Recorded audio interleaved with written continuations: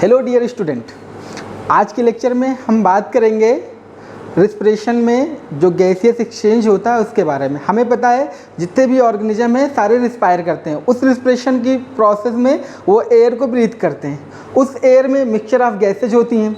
उस mixture of gases में आपकी कार्बन डाइऑक्साइड और ऑक्सीजन भी होती है। इस कार्बन डाइऑक्साइड और ऑक्सीजन को जो भी एनिमल्स होते हैं वो क्या करते हैं, ट्रांसपोर्ट करते हैं वाया ब्लड। तो इस चैप्टर में हम यही देखने वाले हैं कि आखिर जो ऑर्गेनिज्म है, जो एनिमल्स हैं, वो ऑक्सीजन का ट्रांसपोर्ट कैसे करते हैं और जो ऑक्सीजन या कार्बन डाइऑक्साइड का जो ट्रांसपोर्ट करते हैं वो किन किन फॉर्म में करते हैं। तो आइए हम स्टार्ट करते हैं अपना आज का लेक्चर। तो हम सबसे पहले, हमें पता है हमारा जो टॉपिक है आज का वो है transport of gases. Transport of gases. अब जो ये गैसेज हैं आपको पता है ये मिक्सचर ऑफ एयर होती हैं। मिक्सचर ऑफ एयर होती हैं। अब इस मिक्सचर ऑफ एयर में बहुत सारी गैसेज हैं, लेकिन जो आपके मतलब की जो आपको ट्रांसपोर्ट करना है वो दो गैसेज हैं। एक तो आपकी है ऑक्सीजन और दूसरा है आपका कार्बन डाइऑक्साइड। तो आपको हम इस लेक्चर में यही बताने वाले हैं कि ऑक्सीजन का ट्रांसपोर्ट कैसे होता है और कार्बन डाइऑक्साइड का ट्रांसपोर्ट कैसे होता है। आखिर जो एनिमल्स है वो कैसे करते हैं, वो किस फॉर्म में करते हैं। अब ये जो ऑक्सीजन है या कार्बन डाइऑक्साइड है, इसको ट्रांसपोर्ट होने के लिए कोई मीडियम चाहिए हो गया। तो अगर हमें ट्रांसपोर्ट करना है गैसेज को तो उसके लिए जो मीडियम है, जो सबसे अच्छा मीडियम है वो है आपका ब्लड। मीडियम जो होगा वो होगा ब्लड। अब ब्लड क्या करेगा, जो रिस्पायरेटरी आपकी जो एयर है उसको ट्रांसपोर्ट करेगा, कार्बन डाइऑक्साइड को और ऑक्सीजन को। ब्लड आपको पता है न्यूट्रिएंट का भी ट्रांसपोर्ट करता है, विटामिन्स का भी ट्रांसपोर्ट करता है। ऐसे ही आपका जो गैस है उनका भी ट्रांसपोर्ट करता है। तो हम स्टार्ट करते हैं कि आखिर जो गैस का जो गैसियस एक्सचेंज है या ट्रांसपोर्ट है वो कार्बन डाइऑक्साइड से कैसे हो रहा है और ऑक्सीजन से कैसे हो रहा है। तो आइए हम स्टार्ट करते हैं।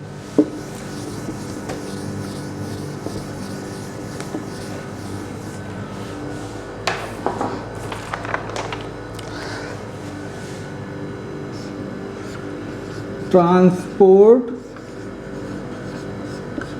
Of gases. तो गैसेज में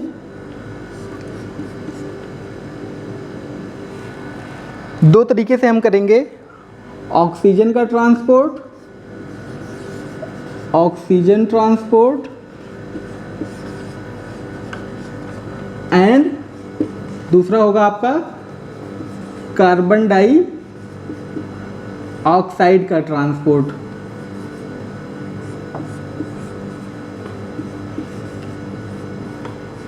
कार्बन डाइऑक्साइड का ट्रांसपोर्ट। जो ऑक्सीजन का जो ट्रांसपोर्ट होगा वो दो तरीके से होगा, या तो बाउंड प्लाज्मा के फॉर्म में होगा, डिजॉल्व फॉर्म में होगा। जो डिजॉल्व फॉर्म में होगा वो किस डिजॉल्व फॉर्म में जो होगा वो कैसे होगा, थ्रो प्लाज्मा। और जो दूसरे तरीके से जो होगा वो ऑक्सीजन वो बाइंड करेगा, oxygen bind with haemoglobin. Oxygen bind with haemoglobin. जो ऑक्सीजन बाइंड करेगा हीमोग्लोबिन का, वो जो ट्रांसपोर्ट करेगा वो मेजर ट्रांसपोर्ट होता है, मेजर टाइप का होता है जो ऑक्सीजन का ट्रांसपोर्ट करेगा। और ये अप्रॉक्सीमेटली 97% जो ऑक्सीजन का ट्रांसपोर्ट वो एज ए हीमोग्लोबिन होता है।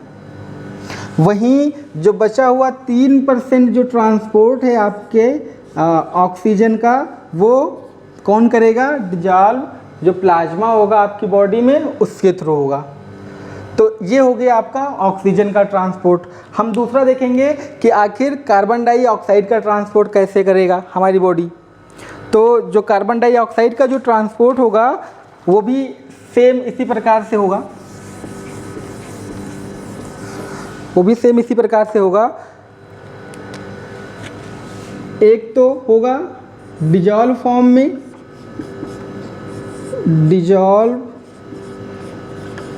Dissolve form through plasma, dissolve form में प्लाज्मा के थ्रू होगा। और दूसरा होगा एज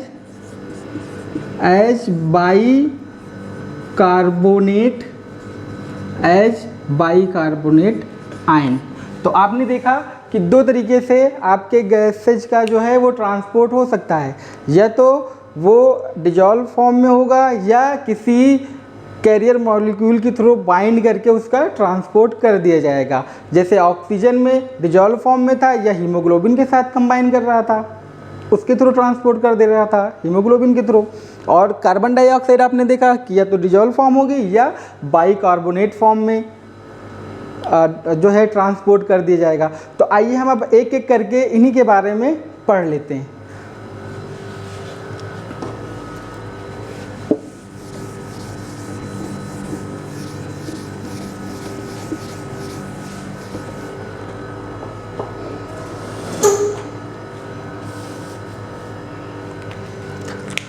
हम बात करेंगे ऑक्सीजन ट्रांसपोर्ट की।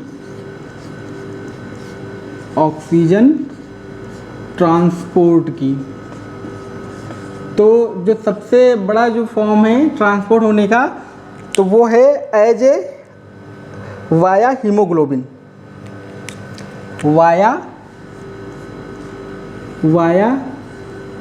हीमोग्लोबिन।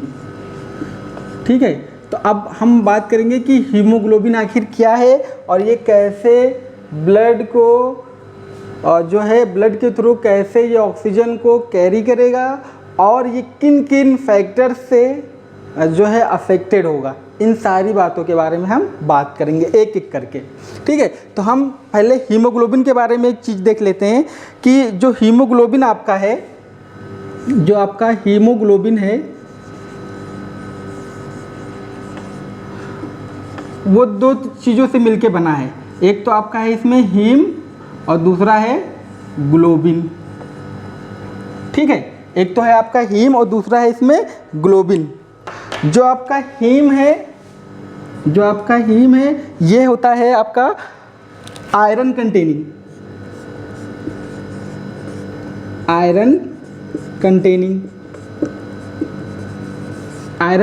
होता है और ये रेड इन कलर होता है, रेड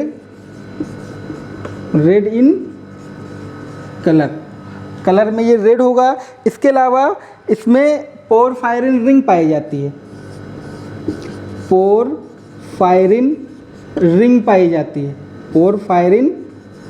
जाती है, जो क्या करती है, इनको कंबाइन करके रखती है।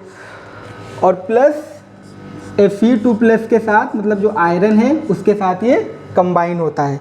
अब हम बात करेंगे कि आखिर ये जो पोरफायरिन रिंग है और Fe है, ये क्या करता है, ये बाइंड कर जाता है,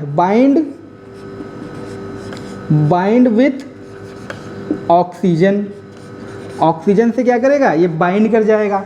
अब बात ये होगी कि ये ऑक्सीजन से बाइंड कैसे करेगा, तो ये बाइंड करता है इरिवर्सिबली, मतलब बाइंड करेगा फिर ये कोई किसी कंडीशन में ये छूट भी सकता है। मतलब क्या है कि अगर ऑक्सीजन का अमाउंट सफिशिएंट है तो ये बाइंड करेगा, अगर कम हो रहा है तो वो उसको छोड़ देगा, जो बाइंडिंग होगी। ठीक है, इसीलिए इसको बाइंड करेगा ऑक्सीजन से इरिवर्सिबली, मतलब ये कभी भी इसको अगर कम होगा ऑक्सीजन का अमाउंट या कंसंट्रेशन तो उसको वो छोड़ देगा। ठीक है, और जैसे ही करेगा ये, जैसे ऑक्सीजन के साथ बाइंड करेगा, ये बना देगा आपका Hb+O2। ठीक है, और ये बन जाएगा आपका, ये जो बनेगा ये बनेगा Hb(O2). यही होता है आपका ऑक्सी हीमोग्लोबिन। हीमोग्लोबिन। ठीक है, तो जब ऑक्सीजन का जो ट्रांसपोर्ट किया आपने वो कैसे कैसे करोगे आप, ऑक्सी हीमोग्लोबिन, तो via haemoglobin as a oxyhaemoglobin. ठीक है, तो आप ट्रांसपोर्ट कैसे करोगे, एज ए ऑक्सी हीमोग्लोबिन। तो ये बात हो गई हीम के बारे में। अब ग्लोबिन क्या है, ग्लोबिन कुछ नहीं है, ये केवल प्रोटीन पार्ट है, ये है केवल प्रोटीन पार्ट। ठीक है, तो ये चीज़ हो गई आपकी हीम और ग्लोबिन, दो चीज़ों से मिलके बना था हीमोग्लोबिन। हीम जो है आयरन कंटेनिंग है, रेड कलर का होता है, पोरफाइरिन रिंग पाई जाती है जो कि Fe2+ से ज्वाइन करती है और ये बाइंड करता है ऑक्सीजन से इरिवर्सिबली, कभी भी छूट सकता है और बना देता है HbO2। जो HbO2 बना इसी को ऑक्सी हीमोग्लोबिन कहते हैं और ये ब्लड में ऑक्सीजन का transport as a oxyhaemoglobin करता है। ये बात हो गई। उम्मीद करते हैं आपको ये बात समझ में भी आ गई होगी, बहुत क्लियर है, हमने क्लियर वे में आपको बता दिया है। अब हम बात करते हैं कि ये जो आपका जो पोरफायरिन रिंग है, हमने ये जो बात बताई है ये कैसे आखिर बाइंड करती है, इसके बारे में थोड़ा सा देखते हैं। तो कुछ नहीं होता, बीच में एक कोई पोरफायरिन रिंग होगी, ये कोई सेंटर में पोरफायरिन रिंग है आप समझ लीजिए। ठीक है, और इससे क्या होगा, इससे कोई Fe2+ जुड़ा होगा, Fe2+ होगा। ये स्ट्रक्चर होता है कुछ जो बाइंड करता है आपका Fe2+। अब जो Fe2+ ये है, इससे क्या होगा, एक एक ऑक्सीजन बाइंड कर जाएगा, एक एक ऑक्सीजन बाइंड कर जाएगा, इससे एक एक ऑक्सीजन बाइंड कर जाएगा। तो ये हो गया, मतलब क्या है कि एक हीमोग्लोबिन के साथ 4 ऑक्सीजन बाइंड कर सकता है मैक्सिमम। तो वन हीमोग्लोबिन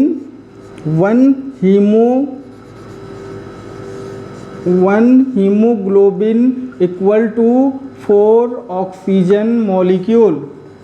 ठीक है, तो ये हो जाएगा आपका एक हीमोग्लोबिन 4 मॉलिक्यूल से बाइंड कर सकता है। तो ये हो गया आपका स्ट्रक्चर के बारे में कि कैसे आखिर बाइंड हो जाता है जो आपका ऑक्सीजन है हीमोग्लोबिन से। ठीक है, अब हम आगे देखते हैं थोड़ा सा कि कैसे और थोड़ी सी बातें देखते हैं हीमोग्लोबिन के बारे में। ठीक है,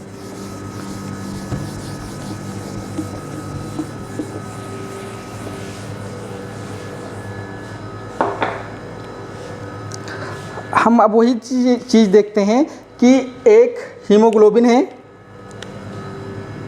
एक हीमोग्लोबिन है, ये क्या हुआ, +4 ऑक्सीजन से जुड़ा। ठीक है, तो अब ये जो जुड़ेगा तो कहाँ जाएगा, ये जाएगा आपके लंग्स में, इन एल्वियोलाई ऑफ लंग्स। ठीक है, और ये क्या बना देगा आपका HbO2 और इसी को आप कहते हो ऑक्सी हीमोग्लोबिन। ठीक है, इसी को आप कहते हो ऑक्सी हीमोग्लोबिन। अब कभी अगर ऑक्सीजन का कंसंट्रेशन कम हो जाए तो वापस से ये टूट भी सकता है। ठीक है, ये टूटेगा कब, जब ये पाया जाएगा इन टिश्यू। जब टिश्यू में होगा तो ये क्या हो सकता है, ऑक्सीजन और हीमोग्लोबिन में वापस से टूट सकता है। इसीलिए कहा, हमने आपको बोला था कि ये कैसे बाइंड करता है दोनों हीमोग्लोबिन के साथ, इरिवर्सिबली। इरिवर्सिबली का मतलब ही होता है कि ये कभी भी जब कंसंट्रेशन के डिपेंडेंट होगा। ठीक है, जब कंसंट्रेशन ज़्यादा होगा तो बाइंड कर जाएगा, कम होगा तो छोड़ देगा। ठीक है, अब हम और आगे थोड़ा सा देखते हैं कि थोड़ा सा फैक्ट के बारे में कि अगर एक नॉर्मल कोई इंसान है तो उसमें हीमोग्लोबिन का अमाउंट कितना होगा। ठीक है, तो अगर कोई नॉर्मल पर्सन है, कोई नॉर्मल पर्सन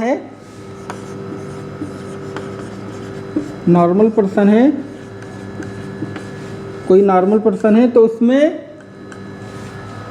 15 ग्राम हीमोग्लोबिन होता है। 15 ग्राम Hb लिख देंगे, हीमोग्लोबिन हो जाएगा पर 100 ml ब्लड। हर 100 ml ब्लड में कितना होगा, 15 ग्राम हीमोग्लोबिन पाया जाएगा। ठीक है, तो अगर 1 ग्राम हीमोग्लोबिन में 1 ग्राम हीमोग्लोबिन HB लिख देते हैं, हीमोग्लोबिन हो जाएगा 1 ग्राम हीमोग्लोबिन इक्वल टू कितना जो है ऑक्सीजन होगा, वो होगा 1.34 ml ऑक्सीजन। ठीक है, तो अगर 15 ग्राम हीमोग्लोबिन है 100 ml में, तो 1 ग्राम हीमोग्लोबिन कितना हो जाएगा, 1.34 ml ऑक्सीजन। ठीक है, तो अगर हम टोटल जोड़ें, अगर हम 15 ग्राम हीमोग्लोबिन जो आपकी है, तो 15 ग्राम इंटू 1.34, तो ये आपका हो जाएगा 20 ml ऑक्सीजन। ठीक है, मतलब ये है कि 15 ग्राम जो आपकी हीमोग्लोबिन है वो करीब 20 ml ऑक्सीजन को लेगी। ठीक है, इसके अलावा अब हम देखते हैं थोड़ी सी और बातें कि हीमोग्लोबिन के ही बारे में, कि जो हीमोग्लोबिन है वो कैसी प्रोटीन है और इसको कौन कौन से फैक्टर अफेक्ट करते हैं। ठीक है, तो हम अब देखेंगे कि जो हीमोग्लोबिन है आपका, जो आपका हीमोग्लोबिन है,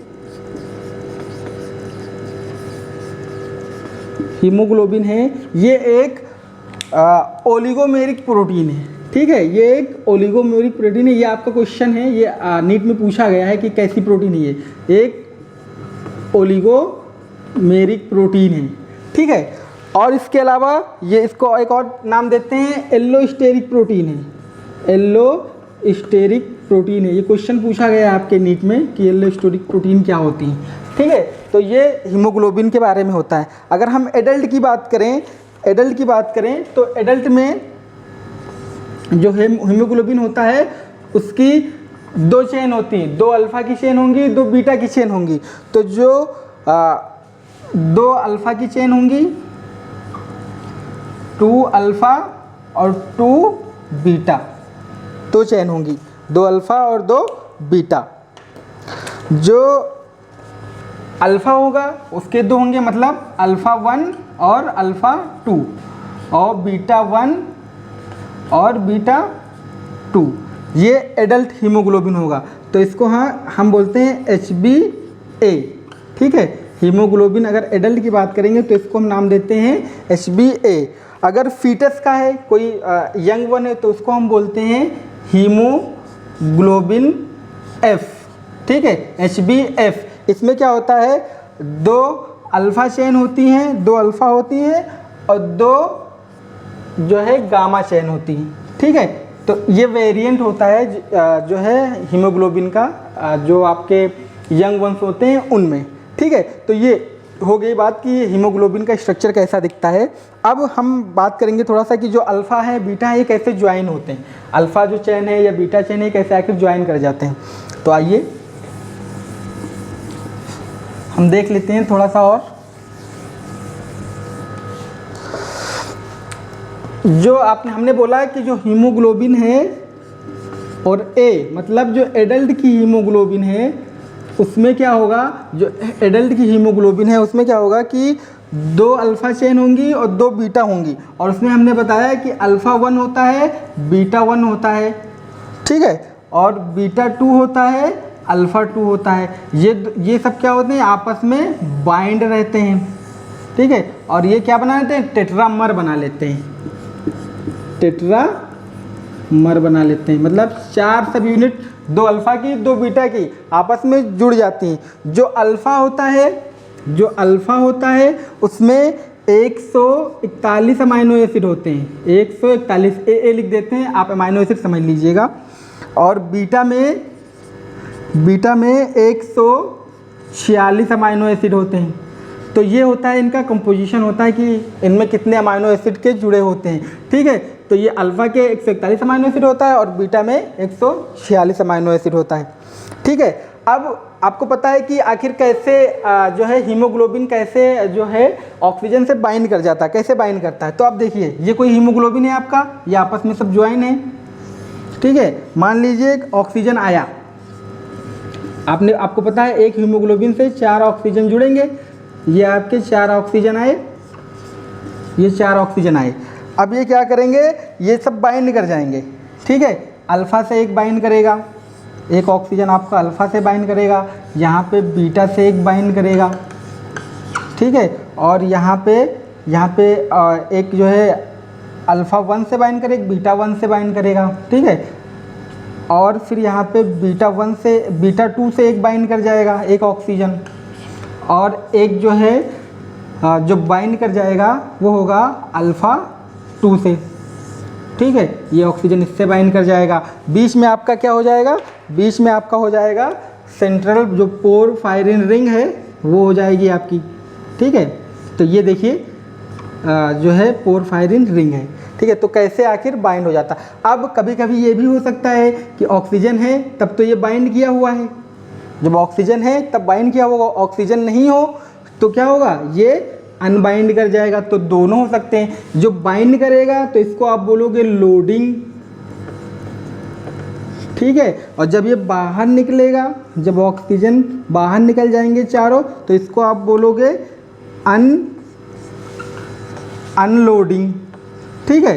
तो ये चीज़ें हो गई लोडिंग और अनलोडिंग। लोडिंग कब होगा, जब ऑक्सीजन की प्रेजेंस होगी, और अनलोडिंग कब होगा, जब ऑक्सीजन की कमी होगी। तो मतलब क्या है, ये हमने अभी बोला था आपको कि बन भी सकता है बिगड़ भी सकता है। तो मतलब क्या है, ये रिवर्सिबल है, ठीक है। इरिवर्सिबल कब होगा, जब वो चीज़ केवल बने या बिगड़े, ठीक है। लेकिन यहाँ पे बन भी सकता है बिगड़ भी सकता है, तो हम इसको क्या कह सकते हैं, जो है ये रिवर्सिबल प्रोसेस है, ठीक है।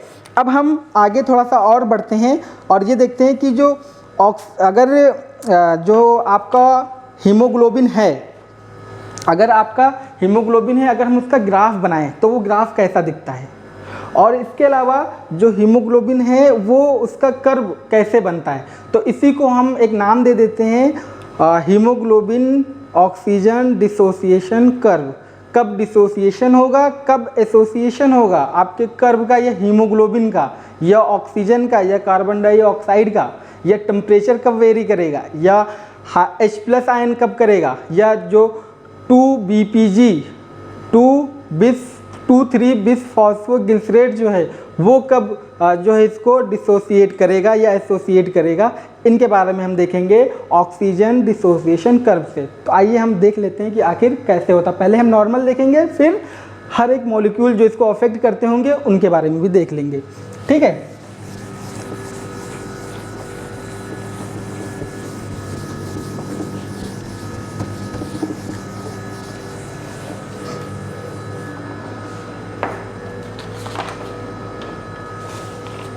हम बात करेंगे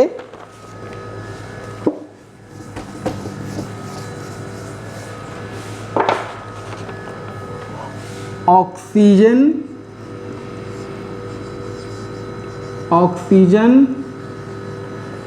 हीमोग्लोबिन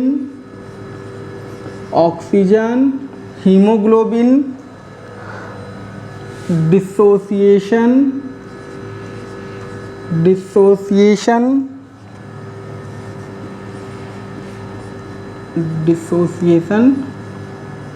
कर्व के बारे में, ठीक है। हम इसके बारे में बात करने वाले हैं।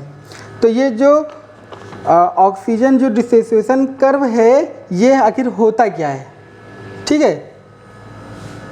तो इसको हम सिंपली पहले एक डिफिनीशन लिख देते हैं यहाँ पे, ठीक है। ये एक ग्राफिकल रिप्रेजेंटेशन होता है, ग्राफिकल रिप्रेजेंटेशन होता है, और ये रिलेशनशिप होता है, रिलेशनशिप बिटवीन पार्शियल पी लिखेंगे, वो पार्शियल हो जाएगा O2 मतलब oxygen, partial pressure of oxygen and haemoglobin, Hb लिख देंगे, हीमोग्लोबिन हो जाएगा आपका, ठीक है। Haemoglobin relationship between partial pressure of oxygen and haemoglobin saturation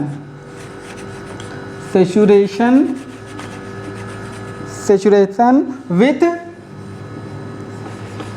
oxygen, कि ऑक्सीजन के साथ कितना सैचुरेशन हो रहा है पार्शियल पार्शियल प्रेशर ऑक्सीजन का हीमोग्लोबिन के साथ कितना जो है सेचुरेशन हो रहा है। इसका मतलब क्या है, इट मीन्स कितने हाउ,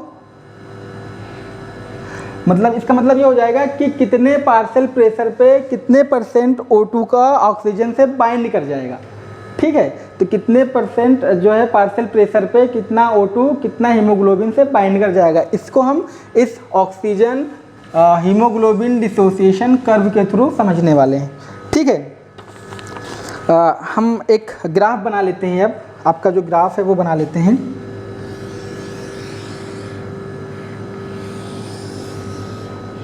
ठीक है, ये आपका ग्राफ हो गया, ये आपका 0 हो गया। यहाँ पे हम रखेंगे पार्शियल प्रेशर ऑफ PCO2। ठीक है, ऊपर बना लेते हैं थोड़ा सा, तो आपको देखने में कोई प्रॉब्लम नहीं होगी। ये समझ भी गए तो हम थोड़ा सा ऊपर बना लेते हैं। ठीक है,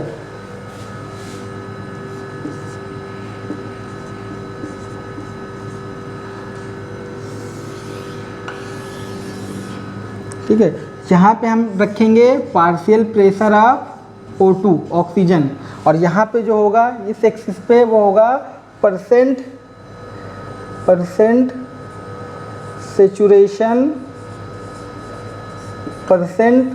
सेचुरेशन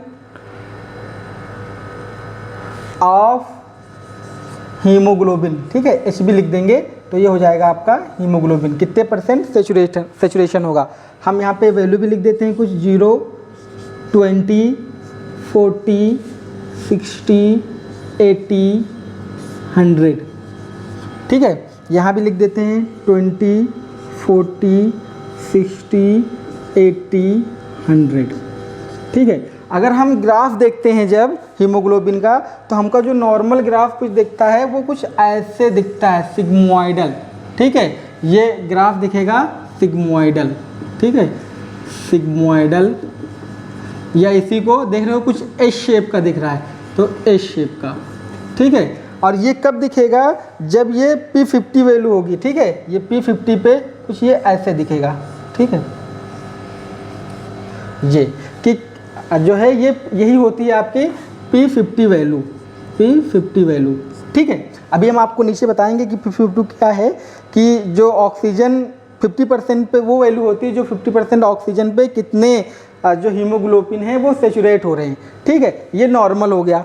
लेकिन कभी कभी क्या होता है कि जब ऑक्सीजन कम होता है तो ये ग्राफ कुछ ऐसा दिखने लगता है। आपको पता है ये जो ये इधर जाएंगे तो लेफ़्ट हो जाएगा, और इधर जाएंगे तो राइट हो जाएगा। तो जैसे क्या हो कि आप यहाँ देख रहे हो कि जो पार्शियल प्रेशर इतने पे क्या हो रहा है, 50% जो सेचुरेट हो जा रहा है ऑक्सीजन हीमोग्लोबिन के साथ। लेकिन यहाँ पे देखो अगर आप, तो यहाँ पे ये बढ़ता चला जा रहा है, यहाँ पे आ रहा है कुछ 80 पे कहीं आगे आ रहा है। तो मतलब क्या है, आपको ज़्यादा ऑक्सीजन का कंसंट्रेशन चाहिए, जो पार्शियल प्रेशर है ऑक्सीजन का वो ज़्यादा चाहिए, और जब ज़्यादा चाहिए होगा तो मतलब क्या होगा कि वहाँ पे ऑक्सीजन की कमी हो जाएगी। ठीक है, जब प्रेशर ज़्यादा चाहिए होगा तो ऑक्सीजन कमी हो जाएगी। ऑक्सीजन कमी होगी मतलब क्या है, वहाँ पे कुछ दूसरे मॉलिक्यूल बढ़ रहे हैं, जैसे CO2 है, टेम्परेचर है, जो एसिडिक कंडीशन है, ये सब जो है pH है, वो सब बढ़ रहे हैं। तो वो क्या हो जाएगा, राइट शिफ्ट हो जाता। अब कभी कभी क्या होता है कि कोई जो जब ऑक्सीजन का कंसंट्रेशन बहुत ज़्यादा होता है तो क्या होता है, कुछ जो कर्व है वो इधर की तरफ शिफ्ट हो जाता है।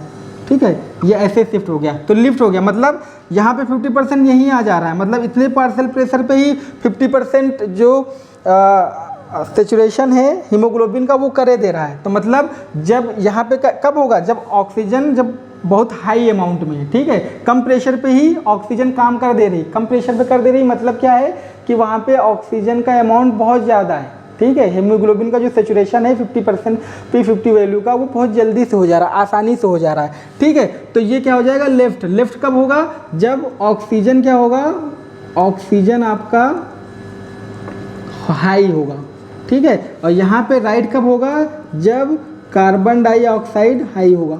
ठीक है, तो हम अब आगे हम यही देखेंगे कि P50 वैल्यू क्या है और जो ग्राफ है आपका ये हीमोग्लोबिन कर्व जो डिसोसिएशन कर्व है ये कब राइट शिफ्ट होगा और कब लेफ्ट शिफ्ट होगा, इसी बारे में हम बात करेंगे। ठीक है, तो आइए देखते हैं।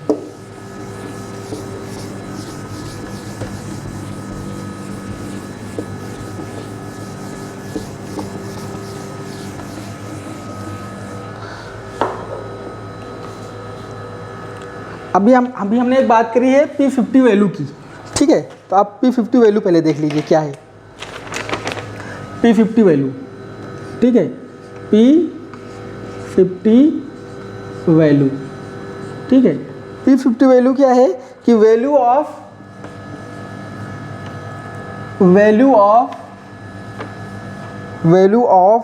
पार्शियल प्रेशर, P से लिखेंगे तो पार्शियल प्रेशर हो जाएगा of oxygen at which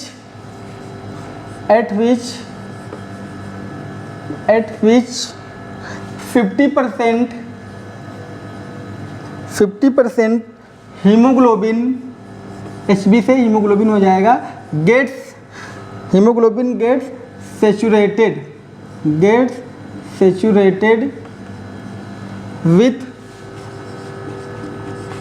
with oxygen. ठीक है, P50 वैल्यू वो वैल्यू होती है कि जो 50% जो किसी वैल्यू वो होगी जो किसी का जो पार्शियल प्रेशर है ऑक्सीजन का उस पे 50% हीमोग्लोबिन सेचुरेटेड हो जाए तो उसको P50 वैल्यू आप कह दोगे। ठीक है, अगर P50 वैल्यू हाई है, अगर P50 वैल्यू जो आपकी है वो हाई है मतलब ज़्यादा हीमोग्लोबिन के साथ सेचुरेट हो रहे हैं, तो आपका जो कर्व होगा, जो शिफ्ट होगा कर्व का, वो जो ग्राफ का वो शिफ्ट होगा वो किधर चला जाएगा, राइट हो जाएगा, राइट शिफ्ट हो जाएगा। अभी हमने आपको बताया था कि ये नॉर्मल था, ये ग्राफ इधर जा रहा था तो ये राइट था। ठीक है, इधर को आ रहा था तो ये लेफ्ट था, तो राइट कब जाएगा,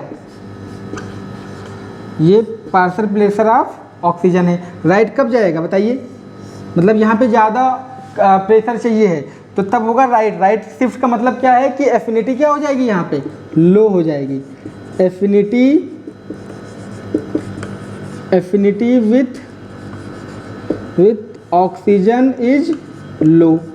ठीक है, और अगर P50 वैल्यू लो है, P50 वैल्यू जो है आपकी वो लो हो जाए तो वहाँ पे ऐसी कंडीशन में क्या होगा, लो हो गई तो मतलब ये यहीं पे सेचुरेट हो रहा है तो क्या होगा, एफिनिटी क्या होगी, एफिनिटी बढ़ जाएगी और कर्व किधर शिफ्ट हो रहा है, लेफ्ट की तरफ, तो लेफ्ट शिफ्ट होगा, लेफ्ट शिफ्ट। और एफिनिटी क्या होगी, एफिनिटी विथ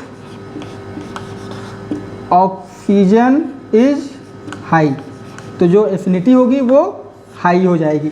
ठीक है, तो अब यही बताना था आपको हीमोग्लोबिन डिसोसिएशन कर्व में। अब हम कुछ फैक्टर्स बताएंगे आपको कि वो कब कम होंगे या ज़्यादा होंगे, तो कैसे आखिर जो इनका कंसंट्रेशन है या इनका जो ग्राफ है वो कब लेफ़्ट शिफ्ट हो जाएगा, कब राइट शिफ्ट हो जाएगा, कब राइट शिफ्ट हो जाएगा, कब लेफ्ट शिफ्ट हो जाएगा, किन किन फैक्टर्स पे डिपेंड करेगा आपका ये जो हीमोग्लोबिन या ऑक्सीजन डिसोसिएशन जो कर्व है वो किन किन फैक्टर्स पे डिपेंड करेगा, इसी बारे में हम थोड़ी सी चर्चा करेंगे।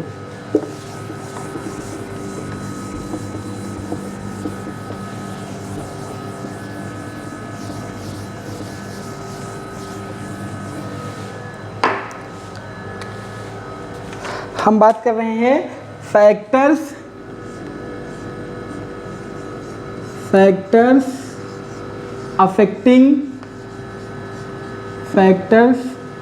Affecting haemoglobin binding, HB binding, haemoglobin binding, affinity with oxygen. ठीक है, कौन कौन से फैक्टर लेंगे, तो इसमें फैक्टर है जैसे टेम्परेचर है, टेम्परेचर है आपका। तो अगर बढ़ रहा है टेम्परेचर तो क्या होगा, और अगर घट रहा है तो क्या होगा। ठीक है, तो पहला ये आपका हो गया। दूसरा है आपका पार्शियल प्रेशर ऑफ CO2। ठीक है, बढ़ रहा है तो आपका लेफ्ट जो कर्व का शिफ्ट है वो किधर होगा, और घट रहा है तो किस साइड में आपका जो कर्व है वो शिफ्ट होगा। ठीक है, इसके अलावा pH एल्कलाइन कंडीशन है या एसिडिक कंडीशन है, मतलब बढ़ रहा है या घट रहा है। बढ़ रहा है मतलब pH बढ़ रहा है, मतलब ये है कि बेसिक कंडीशन, मतलब अल्कलाइन कंडीशन कम हो रहा है, एसिडिक कंडीशन। pH कैसे अफेक्ट करेगा। और इसके अलावा H+ आयन, ये तो pH के ऊपर ही होगा। H+ आयन बढ़ रहा है या घट रहा है, कैसे अफेक्ट करेगा हीमोग्लोबिन के जो डिसोसिएशन कर्व है उसको। और इसके अलावा एक और जो मॉलिक्यूल है वो है 2,3-बिसफॉस्फोगिल्सरेट। ठीक है, तो ये 2,3-बिसफॉस्फोगिल्सरेट है, ये कैसे अफेक्ट करेगा इस बारे में भी, कि बढ़ेगा तो क्या होगा और घटेगा तो क्या होगा। तो ये फैक्टर्स हैं कुछ जो टेम्परेचर हुआ, जैसे टेम्परेचर है, CO2 है, pH है, H+ है, 2,3-BPG है, या आप यहाँ पे पार्शियल प्रेशर ऑफ ऑक्सीजन भी लिख सकते हो कि घटेगा तो क्या शिफ्ट करेगा, और जब बढ़ेगा तो क्या। तो ये कुछ फैक्टर्स हैं आपके जो क्या करेंगे आपको जो आपका हीमोग्लोबिन का कर्व है उसको या तो राइट शिफ्ट करा देंगे या लेफ़्ट शिफ्ट करा देंगे। ठीक है, तो हम इसी के बारे में आपको अभी बताने वाले हैं।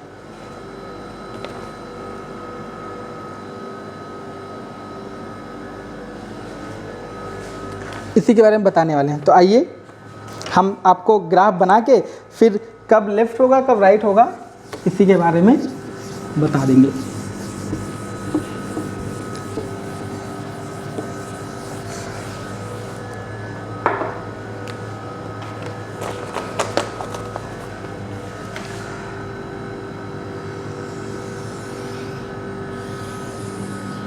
कि आपका जो है एक्सिस बन गई है। यहाँ पे हमने पार्शियल प्रेशर रखा था किसका, ऑक्सीजन का, और यहाँ पे हमने दिया था परसेंट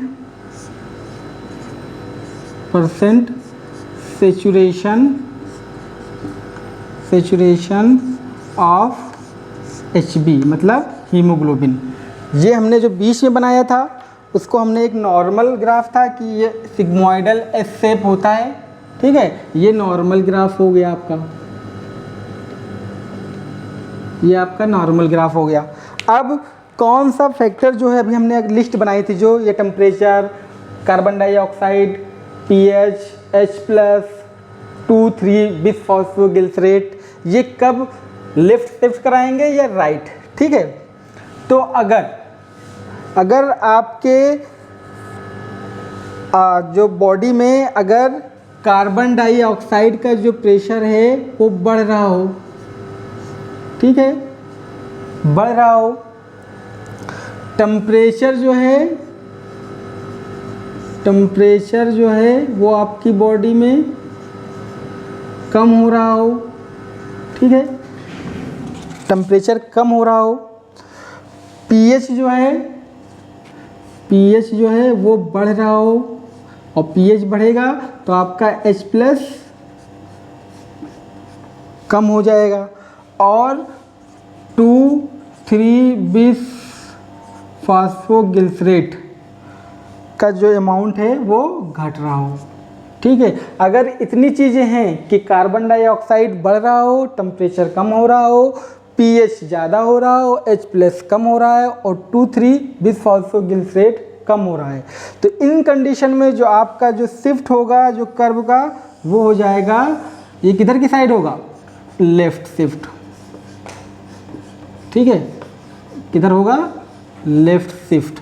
और ये क्या कराएंगे, ये जितने फैक्टर्स हैं ये क्या कराएंगे, सॉरी थोड़ा सा यहाँ पे दिक्कत हो गई है, हमने थोड़ा सा इसको मिस वो कर दिया है। यहाँ जो CO2 है वो क्या करेगा, वो बढ़ेगा नहीं, वो कम होगा। ठीक है, CO2 कम होगा, और जब CO2 कम होगा तो ऑक्सीजन मतलब हाई है, तो यहाँ पे क्या होगा, ऑक्सीजन हाई होगा। ये गलती हुई, माफ़ करिएगा इसके लिए। और यहाँ पे CO2 कम हो जाएगा तो ऑक्सीजन बढ़ेगा, ऑक्सीजन बढ़ेगा तो क्या होगा, यहाँ पे लेफ्ट शिफ्ट कब होगा, तब कब होगा जब एसोसिएशन होगा, एसोसिएशन ऑफ ऑक्सीजन, ठीक है, ऑक्सीजन किसके साथ, विथ हीमोग्लोबिन, लेफ्ट शिफ्ट हो जाएगा। अब राइट शिफ्ट कब होगा इधर, तो इन चीज़ों को उल्टा कर देंगे अभी हम, इधर राइट शिफ्ट कब होगा, राइट शिफ्ट कब होगा, मतलब जब ऑक्सीजन कम हो जाए, ठीक है। पहली पोजीशन क्या होगी, ऑक्सीजन आपका जो प्रेशर है, पार्शियल प्रेशर ऑफ ऑक्सीजन है वो कम हो गया, ठीक है, और पार्शियल प्रेशर ऑफ CO2 है, ठीक है, पार्शियल प्रेशर ऑफ CO2 वो ज़्यादा हो गया, देख ले रहे हो, ये यहाँ पे जो है 50% सेचुरेट कर रहा है यहाँ पे मान लो, ठीक है, और ये यहीं पे कर जा रहा था, ये नॉर्मल था, ठीक है। तो ये हो गया P CO2 कम ज़्यादा हो जाए।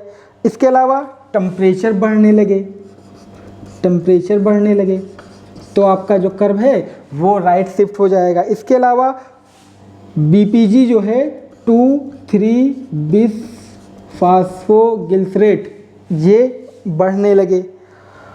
इसके अलावा आपका जो pH था यहाँ पे बढ़ रहा था, तो यहाँ पे क्या हो, pH कम होने लगे और जो H+ है वो बढ़ने लगे। तो ये कंडीशन क्या करेंगी, ये राइट शिफ्ट कराएंगी। राइट शिफ्ट का मतलब क्या है, dissociation, dissociation of haemoglobin with oxygen, ठीक है। तो ये क्या कराएगा, डिसोसिएशन करा देगा हीमोग्लोबिन का ऑक्सीजन के साथ, ठीक है। तो ये चीज़ें हो गई आपकी जो फैक्टर्स हैं कैसे अफेक्ट करते हैं, ठीक है। अब हम कुछ इफ़ेक्ट देख लेते हैं, फिर उसके बाद हम ट्रांसपोर्ट देखेंगे जो है कार्बन डाइऑक्साइड का, ठीक है। तो ये आपको समझ में आ गया होगा कि कब लेफ्ट शिफ्ट होगा, कब राइट शिफ्ट होगा, इससे बहुत ही क्लियर हो गया होगा आपको, कोई इसमें कन्फ्यूजन नहीं होगी, ठीक है। इसको आप अच्छे से रिवाइज करिएगा तो आपको सारी चीज़ें आ जाएंगी।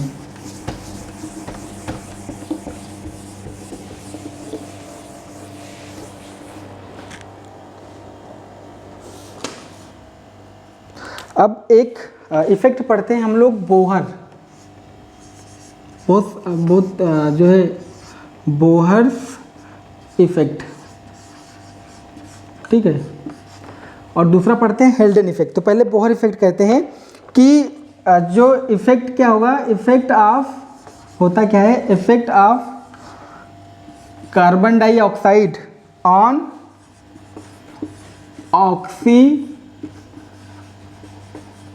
Oxy haemoglobin, oxyhaemoglobin to dissociate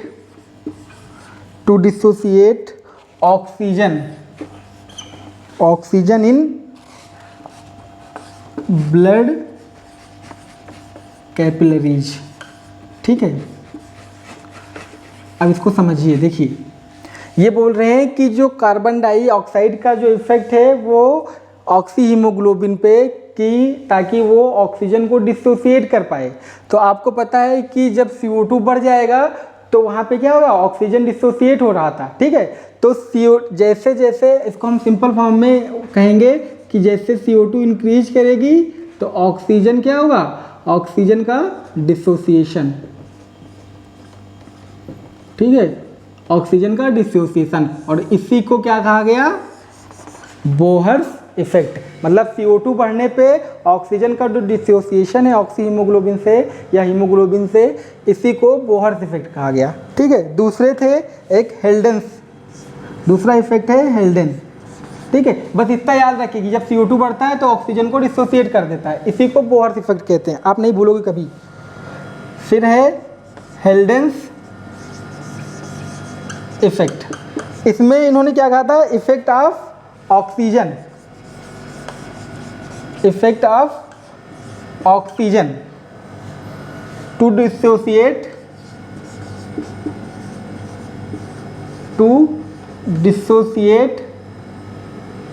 to dissociate CO2 from HCO3 and carbamino haemoglobin. ठीक है, कार्बामिनोग्लोबिन या हीमोग्लोबिन। ठीक है, तो अब आपको पता है कि जब O2 होगा, जब O2 के कारण अगर डिसोसिएट हो रहा हो कार्बन डाइऑक्साइड, मतलब O2 बढ़े और इस क्या करेगा, CO2 का डिसोसिएशन, तो इसको क्या कहेंगे, हेल्डेंस इफेक्ट। ठीक है, ये हो जाएगा आपका हेल्डेंस इफेक्ट। तो ये आपको समझ में आ गया होगा और अच्छे से कि जब CO2 बढ़े ऑक्सीजन का डिसोसिएशन हो जाएगा, बोहर्स इफेक्ट। जब ऑक्सीजन बढ़े CO2 का डिसोसिएशन हो जाए, हेल्डेंस इफेक्ट। बिल्कुल सिंपल सा है। अब हम देखेंगे कार्बन डाइऑक्साइड का ट्रांसपोर्ट। जल्दी से हमने आपको बताया था कि ये जो है एज ए बाइकार्बोनेट आयन और डिजॉल्व फॉर्म में ट्रांसपोर्ट होता है, तो यही हम देखेंगे यहाँ पे।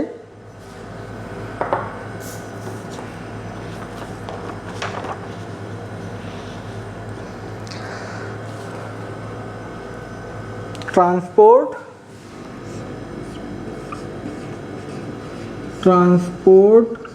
Of CO2। ठीक है, तो CO2 का ट्रांसपोर्ट भी आपने कहा था डिजॉल्व फॉर्म में होगा, डिजॉल्व फॉर्म, और डिजॉल्व फॉर्म में किसके थ्रू होगा, थ्रू प्लाज्मा। और जो एज ए बाइकार्बोनेट आयन के फॉर्म में होगा, एज ए बाइकार्बोनेट आयन के फॉर्म में होगा। ठीक है, जो डिजॉल्व फॉर्म में मतलब जो होगा या ऑक्सीजन का होगा या कार्बन डाइऑक्साइड का होगा, तो कहाँ होगा। एक आपको मतलब ध्यान देने वाली बात है कि अगर कभी डिजॉल्व फॉर्म में हो रहा है, चाहे वो ऑक्सीजन का ट्रांसपोर्ट हो, चाहे वो कार्बन डाइऑक्साइड का ट्रांसपोर्ट हो। ठीक है, तो ऑक्सीजन अगर ट्रांसपोर्ट डिजॉल्व फॉर्म में होगा तो कहाँ होगा, ऐसी जगह पे जहाँ पे ब्लड कैपिलरीज ना पाई जाती हूँ। जैसे आपका ऐसी एरिया जैसे होती है कॉर्निया है, आपका कार्टिलेज है, ठीक है, लॉन्ग बोन की, तो यहाँ पे क्या होता है, यहाँ पे जो ब्लड सप्लाई नहीं होती, तो डिजॉल्व फॉर्म में होता है जो आपका कार्बन डाइऑक्साइड या ऑक्सीजन वहाँ से लाया जाता है और ले जाया जाता है। ठीक है, तो अगर कभी भी डिजॉल्व फॉर्म का है तो ऐसी जगह पे होगा जहाँ पे ब्लड की सप्लाई ना हो।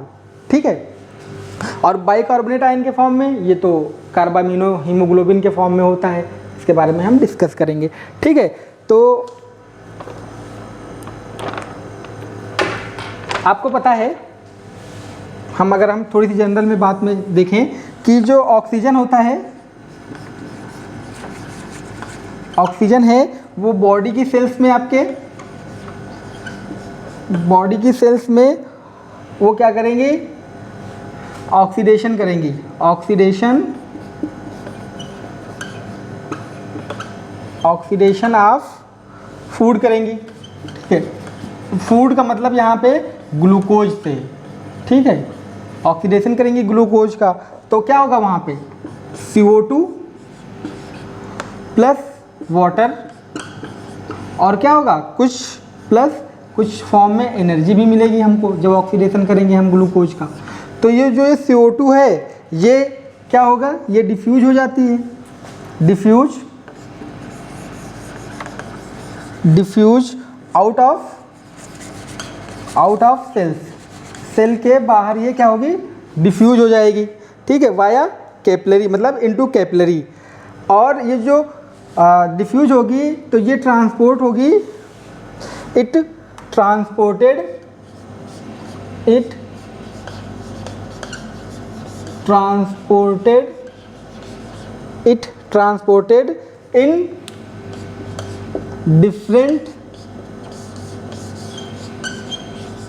In different means.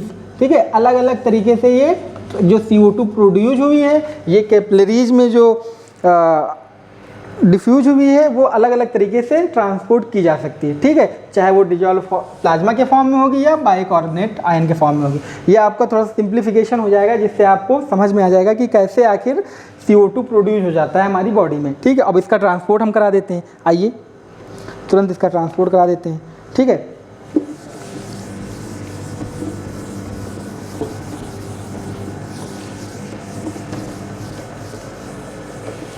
तो हमने बताया था कि 3 तरीके से इसका ट्रांसपोर्ट हो सकता है। एज ए बाइकार्बोनेट आयन हो सकता है, एज ए बाइकार्बोनेट आयन हो सकता है, कार्बामिनो हीमोग्लोबिन के थ्रू हो सकता है और डिजॉल्व प्लाज्मा के थ्रू हो सकता है, ठीक है। तो सबसे पहले हम करेंगे as bicarbonate ion, transport of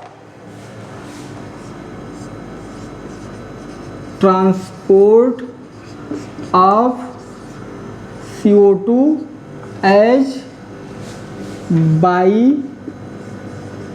bicarbonate ion, ठीक है। बाइकार्बोनेट आयन के फॉर्म में कैसे ट्रांसपोर्ट हो जाता है, ठीक है। तो आपको पता है, अभी हमने जैसे पीछे ही बताया कि ग्लूकोज है, ग्लूकोज से क्या हुआ, ब्रेक हुआ। तो जब ब्रेक हुआ तो उससे हमने बताया कि CO2 बना था प्लस H2O बना था, ठीक है। ये CO2 क्या हो गई, डिफ्यूज हो गई, हमने बताया था डिफ्यूज हो गई, diffuse in RBC, diffuse in RBC and binds with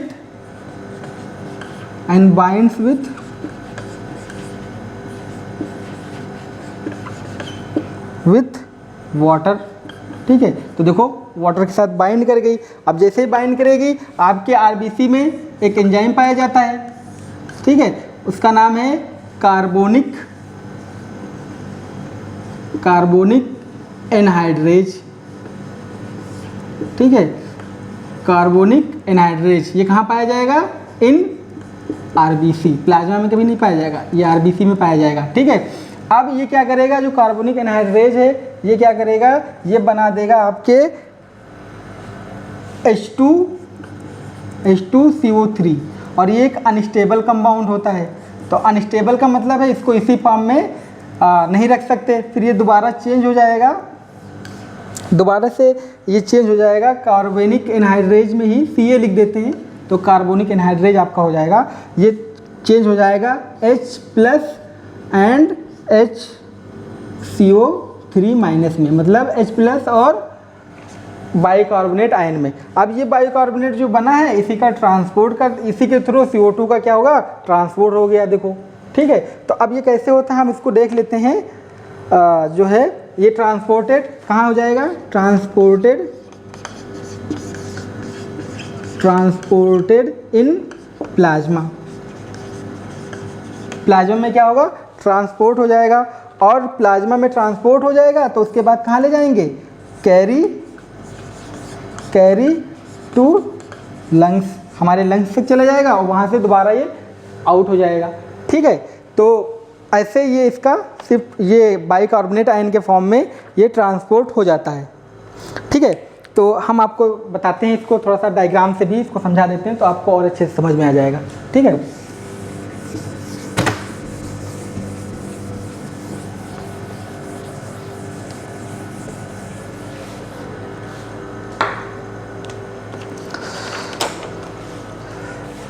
आप मान लीजिए ये आपका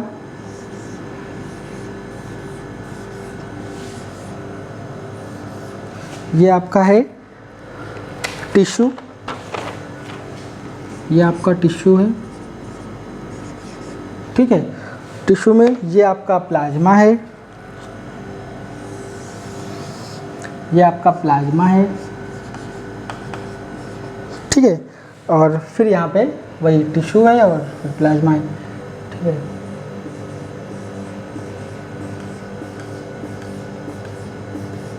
ठीक है, अब देखिए कि आपको पता है कि टिश्यू में क्या हुआ, CO2 का जो कंसंट्रेशन है वो बढ़ गया, जैसे ही बढ़ा तो वो क्या होगा, ये ट्रांसपोर्ट होके कहाँ आ जाएगा, आपका CO2 आ गया आपके जो है प्लाज्मा में, प्लाज्मा से ये कहाँ जाएगा, ये आपके पहुंच गया RBC में, ठीक है, ये RBC में पहुंच गया आपके, ठीक है। अब ये CO2 क्या होगा, यहाँ पे हीमोग्लोबिन जो है CO2 बाइंड कर जाएगा किसके साथ,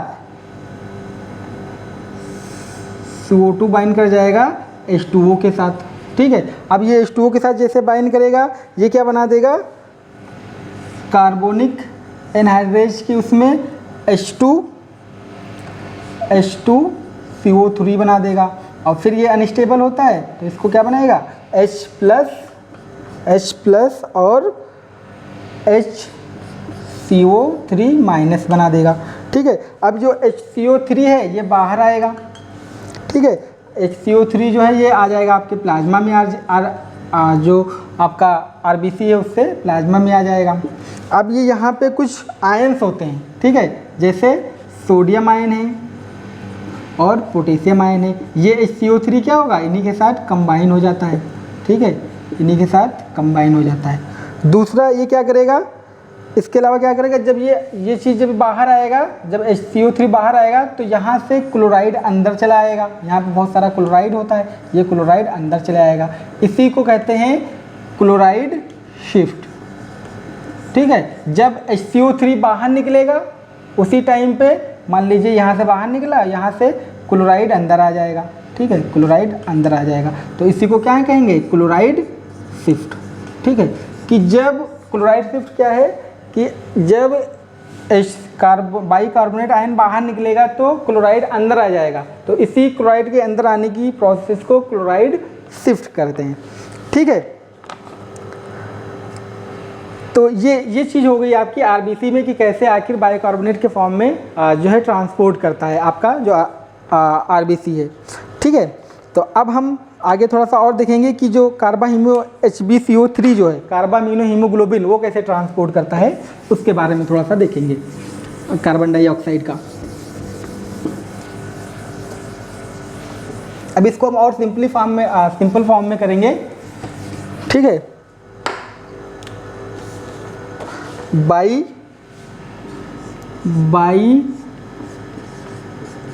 RBC as carbamino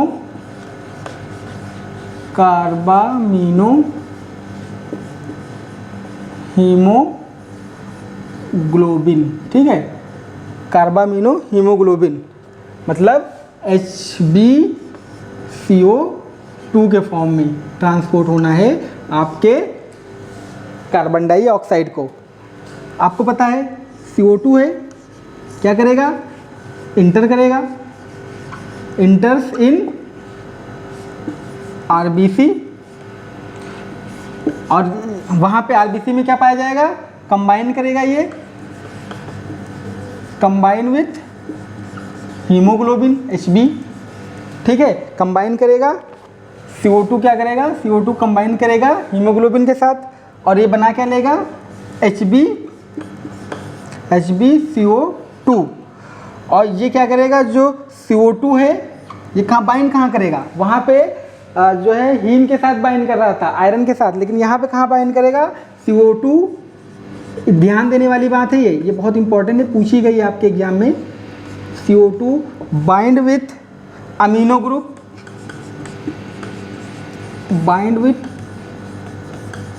group of